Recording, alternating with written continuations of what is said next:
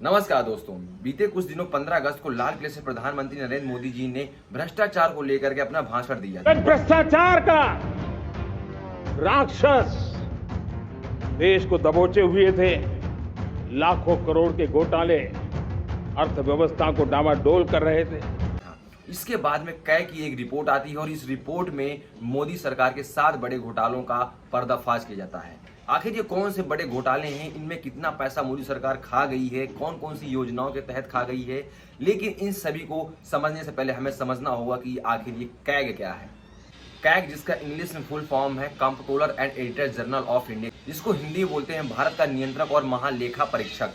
भारतीय संविधान के अनुच्छेद 148 में राष्ट्रपति के द्वारा कैग को नियुक्त किए जाने का प्रावधान अनुच्छेद 148 में संविधान के तहत किया गया है।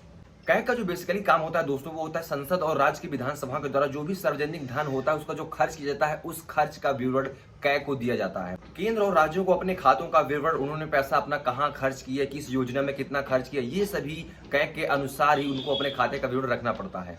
कैग का जो कार्यकाल होता है वो 6 वर्ष या 65 वर्ष होता है, जो भी इससे पहले होता है। और प्रेजेंट टाइम में भारत के जो कैग है comptroller and editor general of India, वो है गिरीश चंद्र मुर्मू जी। अब दोस्तों हम एक एक करके समझने की कोशिश करते हैं कि आखिर ये मोदी सरकार के 7 बड़े घोटाले कौन कौन से हैं। तो सबसे पहले जो बड़ा घोटाला आता है वो हमारा है आयुष्मान भारत योजना के तहत घोटाला। आपने दोस्तों इस योजना का नाम सुना होगा, 2018 में मोदी सरकार के द्वारा लॉन्च की गई एक योजना है। दोस्तों इस योजना के तहत भाजपा सरकार मुफ्त इलाज करने के उद्देश्य से मरे हुए लोगों का इलाज कर रही थी। दोस्तों है ना चौंकाने वाली बात। जी हाँ, कैग की रिपोर्ट में दोस्तों कैग ने यही खुलासा किया है कि भाजपा सरकार मरे हुए लोगों का इलाज कर रही थी। दोस्तों इस योजना के तहत 3,500 लोगों का इलाज किया जा रहा था और इसमें लगभग 7 करोड़ रुपए का भुगतान भी किया जा चुका था। लेकिन बाद में डेटाबेस की जानकारी के अनुसार मिला कि ये 3,500 लोग जिनका इलाज किया जा रहा था, डेटा के अकॉर्डिंग वो तो लोग मरे हुए हैं। इसी प्रकार आयुष्मान भारत योजना के तहत 7.5 लाख लोगों को एक ही मोबाइल नंबर से रजिस्टर करके एक बड़ा घोटाला किया गया है। दोस्तों मोदी सरकार का दूसरा सबसे बड़ा घोटाला है वो है द्वारका एक्सप्रेसवे घोटाला। इसमें दोस्तों 2 किलोमीटर सड़क को बनाने के लिए मोदी गवर्नमेंट ने 500 करोड़ रुपए खर्च किए, यानी 1 किलोमीटर की सड़क की जो खर्च की जो लागत आई है वो 250 करोड़ रुपए आई है ना सोचने वाली बात दोस्तों। और इसी के ऊपर कई सारे मीम भी बने हैं कि आखिर कौन सी भैया सोने की सड़क बना दी है जिसमें 250 करोड़ रुपए खर्च हो गए। ये भारत के इतिहास के सबसे महंगी सड़क बन गई है।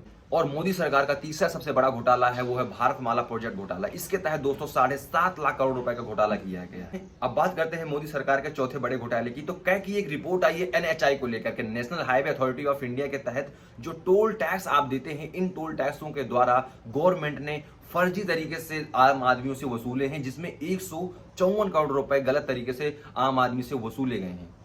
अब बात करते हैं दोस्तों हम मोदी सरकार के 5वें सबसे बड़े घोटाले की। तो वो है कि जो सरकारी पेंशन योजनाओं के तहत जो फंड आ रहा था, उस फंड का प्रयोग मोदी सरकार दूसरे योजनाओं के प्रचार के लिए कर रही थी। अब दोस्तों हम बात करते हैं मोदी सरकार के 6ठे सबसे बड़े घोटाले की। तो वो है अयोध्या में श्री राम मंदिर के निर्माण में घोटाला।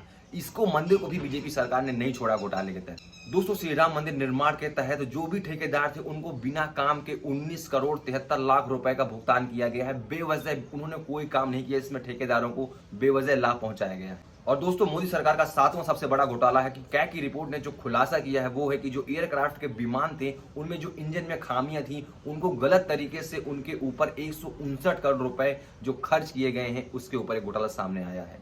तो इस प्रकार दोस्तों मोदी सरकार ने टोटल 7 घोटाले कैग की रिपोर्ट के द्वारा पर्दाफाश किया गया है। अब अगर दोस्तों हम कुछ साल पहले की बात करें 2014 की, तो मोदी जी ने 2014 में कांग्रेस को भ्रष्टाचार के आरोप में ही घेरा था। उस वक्त दोस्तों 2G स्पेक्ट्रम और कॉमनवेल्थ से जुड़े हुए घोटाले हुए जिनका कनेक्शन कांग्रेस के साथ था। और इन्हीं घोटालों को लेकर के दिल्ली में रामलीला मैदान में अन्ना हजारे जन लोकपाल आंदोलन भी शुरू कर दिया था। और इसके बाद दोस्तों आपने नतीजा देखा था कि 2014 में बीजेपी के पूर्ण बहुमत के साथ सरकार भी बन गई थी। तो क्या कांग्रेस के पास में अब ये मौका है कि बीजेपी सरकार के इन 7 बड़े घोटालों को मुद्दा बना करके कांग्रेस चुनाव लड़ेगी? क्या ये मोदी सरकार के 7 बड़े घोटाले कांग्रेस के लिए रामबाण साबित होंगे?